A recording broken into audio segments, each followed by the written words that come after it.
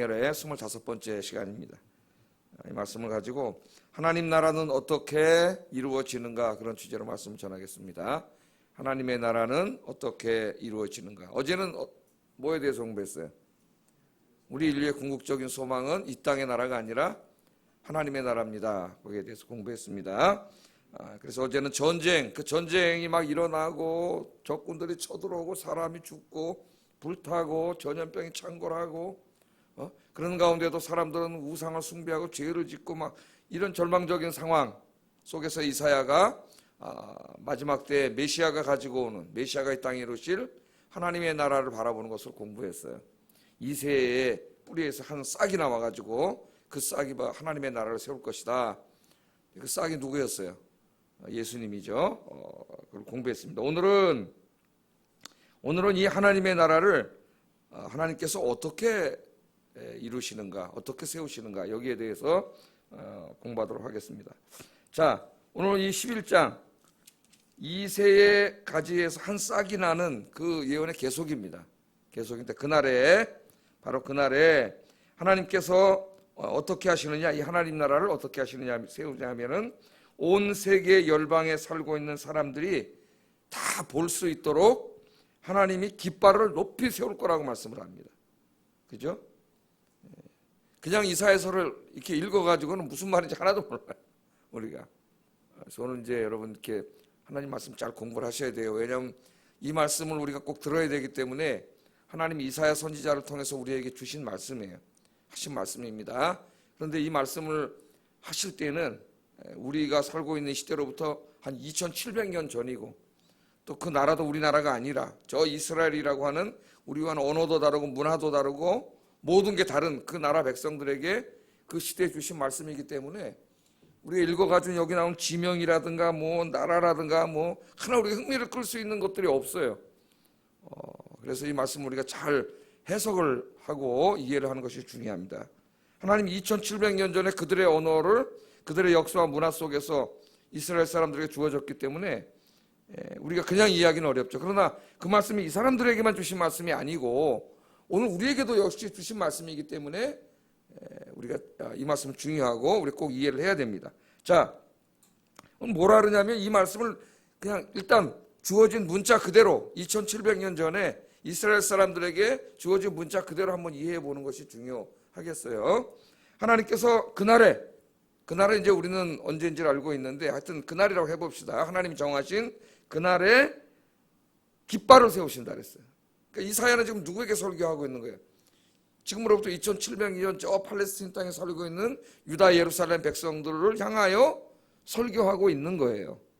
그걸 지금 우리 읽고 있는 거죠. 그러니까 그것을 우리는 해석해가지고 우리 시대에 적용을 해야 됩니다.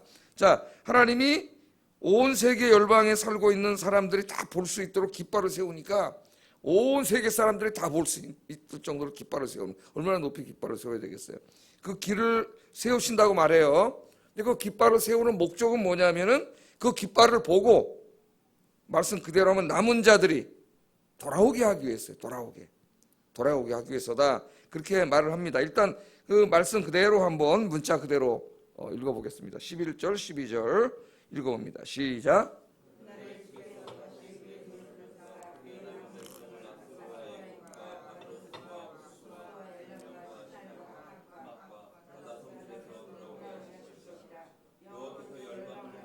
기치를 세우시고 이스라엘의 쫓긴 자들을 모으시며 땅 사방에서 유다에 흩어진 자들을 모으시리니, 그렇게 말합니다. 그러니까 지금 전쟁이 일어났어요. 전쟁 중에 우리 7장부터 이사야 7장부터 10장까지가 유다 왕 아하스 때 일어났던 그 복잡한 전쟁 이야기였습니다. 전쟁이 일어나고 나중엔 결국 아수르가 쳐들어와 가지고 이스라엘은 다 무너뜨렸죠. 721년에 이스라엘은 완전히 망해버렸어요. 그 다음에 남유다도 계속 위협을 받았습니다. 아수르 군대가 쳐들어와 가지고 좀 있으면 히스기야 왕에 대해서 공부하는데 그때 이제 아수르 막 대군을 이끌고 쳐들어오죠. 그러나 아수르 군대는 유다를 멸망시키지 못했어요. 왜냐하면 유다를 멸망시키기 전에 지가 멸망했어요. 누구에게? 바벨론에게 멸망했죠. 그래서 결국 이제 유다도 바벨론에게 멸망하게 됩니다. 이런 전쟁의 와중 속에서 하나님의 백성들이 약속의 땅에서 쫓겨나는 거죠. 쫓겨나가지고 전 세계 열방에 뿔뿔이 흩어지게 돼요. 그것을 이제 디아스포라 유대인이라 그러죠. 디아스포라 유대인. 흩어지게 됩니다. 원래는 어떻게 됐어요? 하나님의 땅이 이스라엘 백성들에게 하나님 주신 땅이에요. 그래서 출애굽을 해가지고 그 백성들이 그 땅으로 들어갔죠. 그 땅에 들어가서 그 약속의 땅에서 하나님이 나누어 주신 땅에서 행복하게 하나님 섬기고 잘 살았습니다. 그렇게 계속 하나님 잘 섬기고 살았으면은 거기서 그들이 큰 복을 받았을 거예요. 복을 받았고 그들의 열방이 빛이 돼서 세계 열방을 구원하는 하나님이 자기에게 주신 사명을 잘 감당했을 겁니다. 그런데 이스라엘이 그 사명을 감당하지 못하고 열방이 빛이 된 게 아니라 자기 스스로가 어둠이 돼버렸어요. 우상을 섬기고 죄를 짓고 그렇게 됐죠. 그래서 결국은 하나님의 심판을 받아서 하나님이 주신 땅에서 쫓겨났어요. 쫓겨나가서 전 세계를 뿔뿔이 흩어졌죠. 아수르가 북이스라엘을 721년에 쳐가지고 북이스라엘이 먼저 남유다보다 한 150년 전에 먼저 멸망을 하게 되는데 북이스라엘이 쳐들어와서 멸망시킨 다음에 아수르가 어떤 정책을 쳤냐면은 이스라엘 땅에 살고 있는 북이스라엘에 살고 있는 이스라엘 10지파를 전부 다 이주시키는 이주 정책을 써요. 그래서 전 세계 다 뿔뿔이 흩어버렸어요. 다시는 못 일어나게 하려고.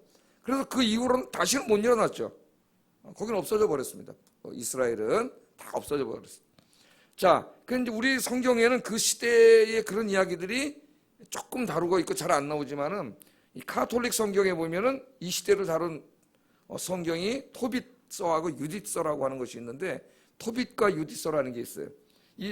한번 여러분 읽어보시기 바랍니다. 우리 기독 개신교에서는 이거 성경으로 인정하지 않죠.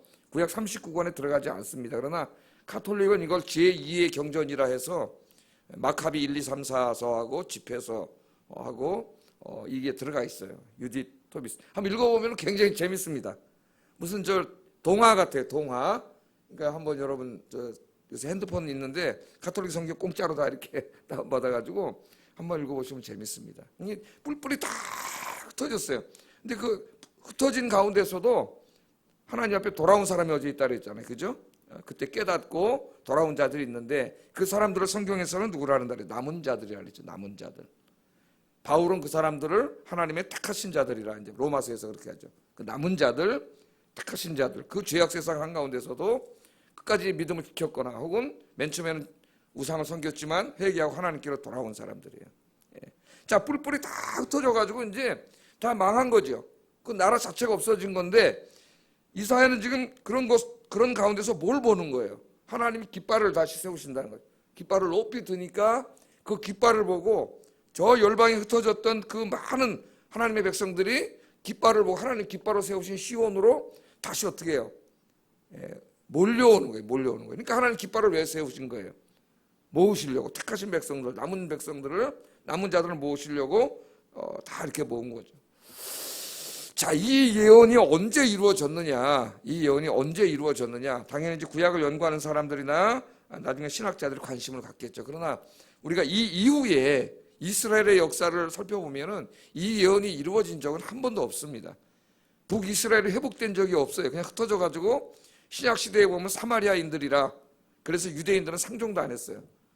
이방인들하고 같이 혼합 결혼하고 그다음 이방 종교를 섬기고 막 미신화되고 이랬기 때문에 사마리아 땅에는 가지도 않았죠. 다 없어졌어요.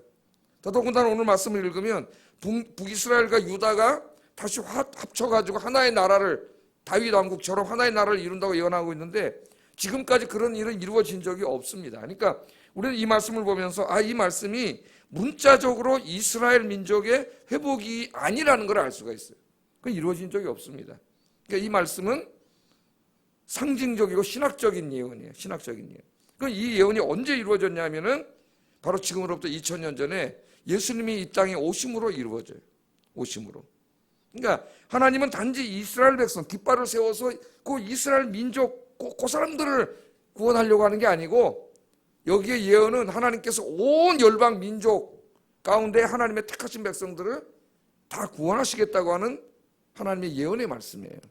근데 이스라엘 사람들이 나중에 이걸 오해해가지고 이게 자기 민족의 회복에 대한 이야기인 줄 알고 오직 자기들만이 택하신 백성이고 자기들만이 구원받고 자기 이스라엘을 하나님 메시아가 오면은 이스라엘 민족을 회복시켜 주시고 전 세계가 이스라엘 민족 중심의 세계가 될 거라고 하는 생각을 갖게 되는 거예요. 예수님 시대에도 그렇고 지금도 그렇고 있죠. 그 메시아를 기다리고 있는 거예요. 이걸 깨닫지 못하고. 이게 신약 시대에 어떻게 이루어져요? 하나님이 이 예언을 어떻게 이루십니까? 깃발을 어떻게 꽂았어요? 자기의 외아들을 이 땅에 보내셔서 예수님을 십자가에 높이 매다셨죠. 여기에 이 깃발을 세우신다는 말은 예수 그리스도의 십자가를 희미하게, 정확하게는 아니지만은 희미하게 상징하고 있습니다. 하나님 깃발을 세우시고 전 열방에 택하신 자들을 다 모으신다는 게 뭐예요? 바로 예수님의 십자가에서 죽으신 거예요. 십자가에 높이 들렸어요. 그게 깃발이에요. 깃발이 상징하는 거예요. 그래서 예수님 죽으심으로 구원의 길을 열어놓으셨죠. 예? 그리고 예수님은 부활하고 승천하셔서 하나님 보좌에서 다스리고 계시면서 예수님이 이루신 구원을 어떻게 이루어 가시기로 하셨습니까? 이 땅에 교회를 세운 거죠. 교회. 그래서 교회들이 뭘 깃발을 세워놨잖아요. 다. 그 깃발이 뭐예요? 십자가죠. 십자가. 예? 십자가는 그냥 저게 그냥 십자가가 아니라 누구를 상징하는, 예수 그리스도의 십자가의 대속의 죽음을 상징하는 것이고, 여러분들이 저 십자가에 달리신 예수님을 믿으면 죄 사함 받고 구원 받습니다. 하나님 나라의 축복에 참여합니다. 그 메시지죠, 저게. 예? 바깥에 십자가를 다 이렇게 걸어놓은 거예요. 자, 그런데 이 말씀을 보면은 지금 시온에다가, 시온은 예루살렘인데, 그러면 적용이 시온에다가 하나님이 십자가를 매다시고 전 세계에 있는 사람들을 시온 한 곳으로 다 끌어모은다는 것이냐? 그런 건 아니죠. 이 말씀을 아주 창조적으로 신학적으로 잘 이해한 사람이 사도 바울이라 그랬습니다. 사도 바울은 다메섹 도상으로 가는 길에 부활하신 예수님을 만났죠. 이방인의 사도로 부름을 받았습니다. 그 일을 어떻게 자기가 감당할 것인가? 이사야 말씀을 바울 서신을 읽어보면 이사야 말씀을 상당히 많이 인용해요. 시편 이사야 말씀을. 이사야 말씀을 깊이 묵상하다가 사도 바울은 자기의 소명을 깨달았어요. 소명을.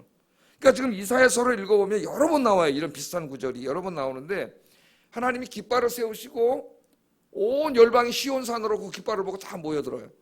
그럼 그 말씀을 문자적으로 이해하면 마지막 때에 저 예루살렘으로 온 세계 하나님 믿는 사람들이 다 몰려도 구심력적으로, 구심력이 뭐예요? 중심으로, 원의 중심으로 몰려드는 거죠. 문자적으로는 그렇게 돼 있어요.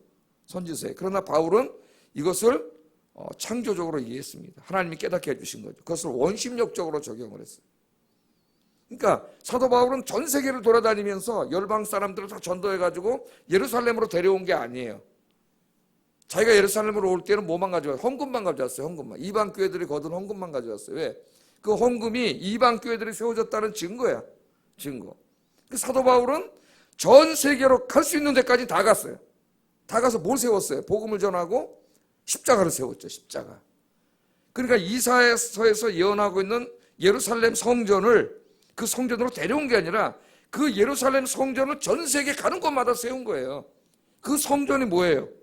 바로 교회예요. 교회. 이것을 신학적으로 깊이 이해하지 못한 사람들이 자꾸 무슨 교회는 성전이 아니라 그런 이따가 엉터리 같은 소리를 해. 그냥 뭐 쉽게 막 얘기를 해요. 난 뭐 개혁자다 그러면서. 그러니까 너무 신학적으로 무지한 얘기예요. 성전이에요, 성전. 그러나 그 성전이 예루살렘 성전처럼 돌멩이 갖다 진 게 아니라 이 성전은 그 돌멩이가 누구예요, 이제는? 여러분 한 사람 한 사람이. 공동체를 말하는 거죠. 교회 공동체. 예? 그 성전이 아니라고 막 어떤 사람 막 얘기를 하는 또 그런 정말 한심한 사람들이 있어요. 성전이에요. 이 성전을 사도 바울은 전 세계에다 다 전했고, 예? 우리 사도행전에서 공부했지만 나중에는 어디까지? 저 스페인까지 가서 거기다 또 성전을 짓는 거예요. 십자가를 짓고. 그럼 교회가 생겼잖아요. 그 십자가 깃발이죠. 십자가를 세워놓고 그 교인들이 열심히 기도하면서 전도하면은 매 주일날 어떤 일이 벌어지죠? 지금 여기에 있는 일이 벌어지는 거예요. 예? 여기는 이제 나라들 이름이 쭉 나옵니다. 그러니까 전 세계, 심지어는 어디까지 나와요? 섬, 바다 한가운데 있는 섬. 그것은 이 시대 사람들의 지리관으로는 세계 끝까지예요. 세계 끝까지. 있는 모든 택하신 백성을 흩어진 자들이 다 돌아오는 거예요. 그러니까 하나님의 택하신 백성들은 이스라엘 백성들만이 아니고 전 세계 모든 민족 가운데 다 있어요. 예? 거기서 그 택하신 자들을 불러 모으는 장면입니다. 그러니까 하나님 나라는 어떻게 이루어지느냐? 어떻게 이루어지느냐? 교회를 세우고 그 교회에 와 있는 우리 공동체, 저와 여러분들이 열심히 기도하고 전도하는 거예요. 그래서 사실은 교회는 매 주일마다 하나님을 예배하지 않는 자들이 주일마다 이 그림처럼 하나님의 교회로 몰려오는 교회가 돼야 돼요. 사실. 몰려오는 교회.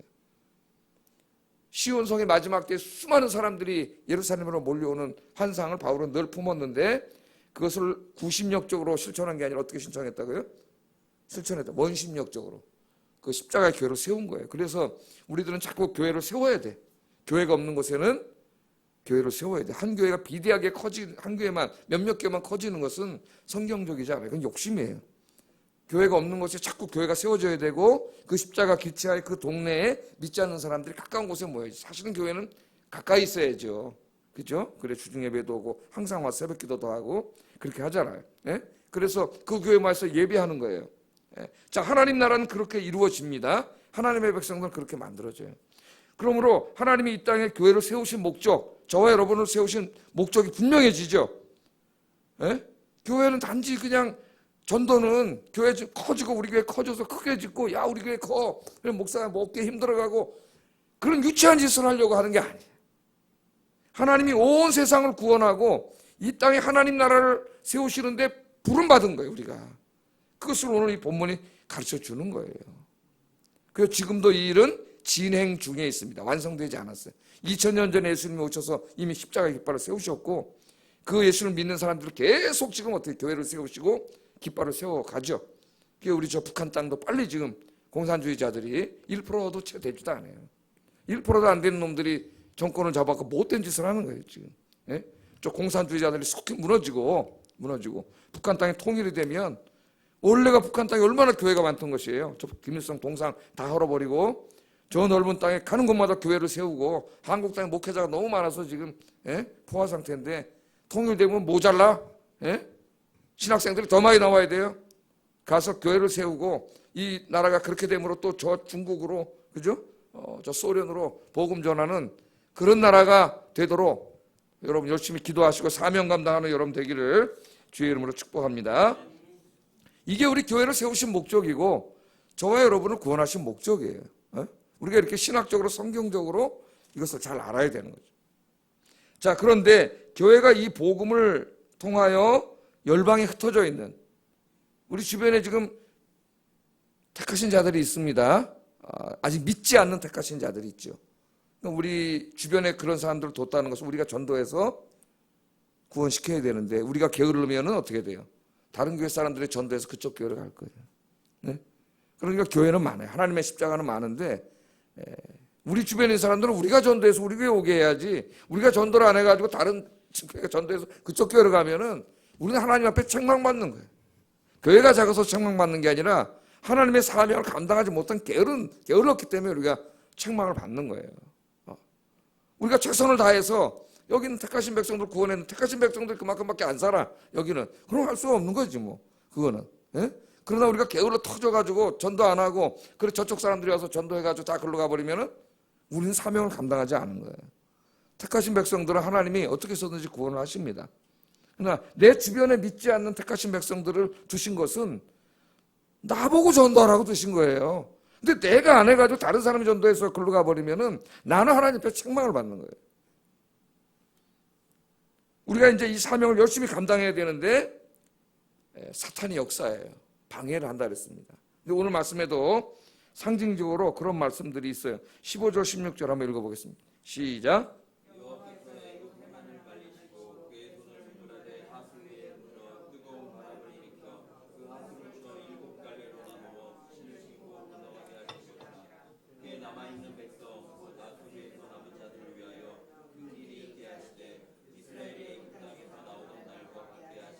아멘. 또 14절 한번 읽어보겠습니다. 14절 시작.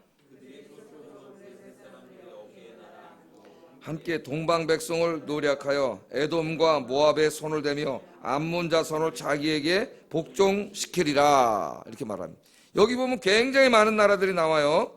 서쪽으로 블레셋 사람들이 어깨에 날아앉고 함께 동방 백성을 노략하며 에돔과 모압의 손을 대며 암몬 자손을 다 복종시킨다 그래. 그리고 14절, 15절, 16절에는 이 당시에 최고 막강한 나라였던 두 나라 아수르와 애굽도 하나님이 다 복종시킨다 그래. 이 나라들은 다 어떤 나라예요? 택하신 백성들을 공격하고 괴롭히던 나라들입니다. 그러니까 마지막 때 우리가 이 기도하면서 복음을 증거하고 하나님의 깃발인 십자가를 세워놓고 택하신 백성들에게 복음 전해서 이 구원하는 사역을 감당할 때에 이 악의 세력들이 방해하는 거예요. 악의 세력들이. 그때 하나님 어떻게 하는 거예요? 다 지금 이 악의 세력들을 하나님이 어떻게 한다는 거예요? 멸망시킨다는 거죠. 그 약속을 여기 하고 있습니다. 그래서 교회가 이 사역을 할 때 사탄이 방해해. 사탄이 역사해요. 방해하지만 사탄은 복음을 막을 수는 없어요. 우리 계시록에서도 공부했죠. 이미 하나님은 예수님이 십자가에 죽으실 때 사탄의 머리통을 치셔갖고 무저갱에 가다 놨다 그랬습니다. 무저갱하고 불못을 구분해야 된다 그랬죠. 무저갱은 영원한 형벌의 장소는 아니에요. 그 무저갱에다 가다 놨다는 말은 무저갱이 어디 우주 어디에 존재한다는 말이 아니라 그만큼 사탄이 활동을 못하도록 약화시켜 놨다는 거죠. 그것은 뭐라고 해석했어요? 사탄이 복음이 전파되는 것을 방해할 수는 있지만 막지는 못해. 예? 그래서 계시록에도 읽어보면은 사탄이 막 방해를 하죠. 심지어는 핍박하고 로마를 통해서 어떤 사람은 잡아다 죽여. 그런데 그러는 가운데도 어떻게 했어요? 사탄은 지가 이겼는 줄 알았는데 교인들이 끝까지 믿음을 지키고 순교하면서까지 기도하면서 복음을 증거했죠. 그랬더니 많은 사람들이 회개하고 돌아왔다고 계시록은 말하고 있어요. 그래서 교회 사명은 순교하면서까지 기도하고 복음을 전하는 거예요. 순교하면서까지. 그럴 때 많은 사람들이 회개하고 돌아와요. 실제로 초대교회 한 100년부터 300년까지 그 선교의 역사를 쓴, 교회의 역사를 쓴 책들을, 연구서들, 그냥 무슨 설교집이 아니라 학문적인 연구서입니다. 연구서를 읽어보면 기독교인들의 순교가 굉장히 많은 사람들을 교회로 돌아오게 했다 그래요. 참 이상하죠? 예수 믿다가 돈 많이 벌고 복 받고 성공해야 예수 믿는다. 우리는 그렇게 생각을 하는데 예수 믿다가 감옥에 가서 매 맞고 죽었어. 근데 그걸 보고 예수 안 믿던 우상 섬기던 사람들이 예수 믿고 하나님께 돌아왔다는 거예요. 왜 그랬다 그랬어요? 그들이 보는 거죠. 저들이 예수님이 하나님의 아들이고 구원자라고 이야기하는데 하나님이 창조주고 살아계시다고 얘기하는데 저 거짓말이라고 생각. 그런 게 어딨냐. 그런데 보니까 정말 자기들이 믿는 신앙을 위해서 저 사람들이 목숨을 바치는 거예요. 그게 가짜라면 목숨을 바칠 리가 없지. 감옥에 가고 매 맞고 재산도 다 뺏기고 심지어는 죽는데도 죽는 앞에서도 목이 떨어지는 순간에도 끝까지 믿음을 지키는 걸 보고 그 옆에 믿지 않던 많은 사람들이 정말 하나님이 살아계시지 않는다면 예수님이 구원자가 아니라면 저렇게 죽을 수 없다. 이건 잘 아셔야 돼요, 여러분. 그래서 많은 사람들이 교회로 돌아옵니다. 그러니까 우리 그리스도인들이 세상에 나가서 신앙생활할 때 안 믿는 사람들하고 적당히 타협하고 그들과 함께 뭐 술도 마시고 하든 놀아주고 이렇게 하면 예수 믿는 사람들 좋네. 그리고 교회 나오는 게 절대로 안 나와요. 그다음부터. 뒤에 가서 뭐라는지 아시는 사람들이 저건 나이롱 신자라래. 내가 군대에서 다 경험해 봤어요. 그런 애들 많거든. 야, 저 새끼들은 나이롱 신자야. 진짜 신자가 아니라래. 그렇게 평가해요. 그러나 그런 가운데서도 끝까지 믿음을 지키고 신앙의 절개를 지키고 신앙의 가치를 지키는 사람들을 볼 때 그들의 앞에서는 웃고 조롱하지만 집에 가서는 생각을 합니다. 저 사람 진짜 신자고 제가 저렇게까지 하는 걸 보면 정말 하나님이 없다고 할 수 없다. 그렇게 된다는 걸 여러분 아셔야 돼요. 그렇게. 그러니까 여기 지금 방해하는데 방해는 하지만 막을 수는 없어요. 왜? 하나님이 이미 사탄의 머리통을 쳐놓으셨어요. 교회가 예배하고 지금도 우리나라도 지금 이 전염병 사태에서 심지어는 정부가 교회 예배드리지 말라는 압박하는 걸 우리가 엄청나게 당했습니다. 있을 수 없는 일이 우리나라에서 벌어졌어요. 신앙과 양심의 자유를 억압하는 일들이 벌어졌고 헌법에 세워놓은 헌법을 일개 도지사나 시장이 그 헌법의 정신을 무시하고 무슨 행정명령을 내렸다 그래가지고 행정명령으로 헌법을 어기고 헌법에 보장되어 있는 자유를 제한하는 어처구니 없는 일들이 지금 우리나라에서 막 일어나고 있어요. 어처구니 없는 일들이. 이게 나중에 어떻게 될지. 그런데도 예배를 드리고 믿음을 지키고 우리가 이렇게 나갈 때 하나님의 악의 세력들은 다 무너뜨린다. 악의 세력은 반드시 무너집니다. 하나님이 살아계시기 때문에. 그래서 걱정할 게 없어요. 방해는 한다. 그러나 우리가 기도하고 끝까지 초대교회 예루살렘 교회들처럼 복음을 전하면 악의 세력은 도망가요. 그러나 우리가 사탄을 겁내고 사탄의 세력들을 겁내고 예배를 중지하고 전도하지 않으면 사탄에게 먹혀버려요. 교회가. 지금 우리 한국에 그런 조짐 보이고 있어요. 이미 많이 보였고. 끝까지 믿음을 지키고 기도하고 오늘 하나님 주신 사명을 잘 감당하는 저와 여러분 되기를 주의 이름으로 축복합니다. 그런데 오늘 말씀해 보면은 이 교회 공동체 이 세상을 구원하고 하나님을 예배하는 이 십자가의 깃발 아래 모인 사람들이죠, 우리가. 예? 그 깃발 아래 모인 우리 공동체가 주님 오실 때까지 이 사명을 감당하기 위해서는 어떠한 모습으로 존재해야 되느냐도 오늘 다 이렇게 상징적으로 예언이 되어 있어요. 가르침이 있습니다. 13절 한번 읽어보겠습니다. 시작.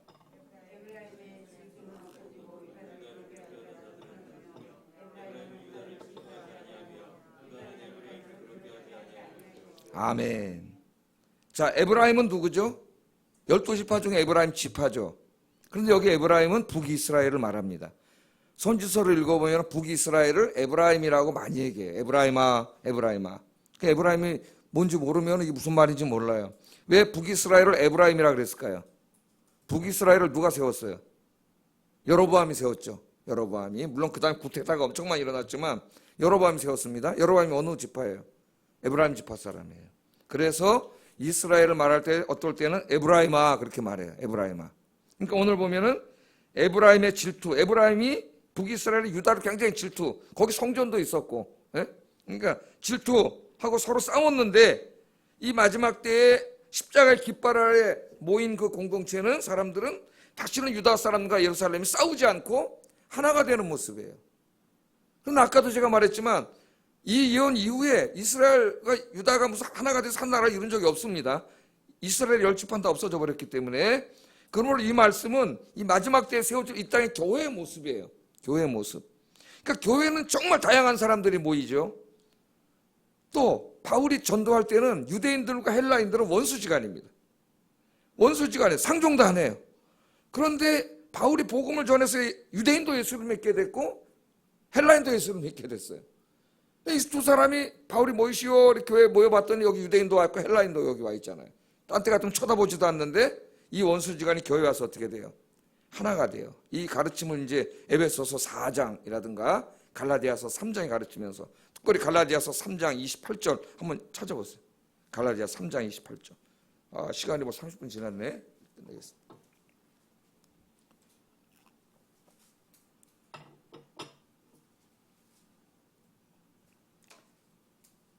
갈라디아서 3장 28절 읽어보겠습니다. 시작.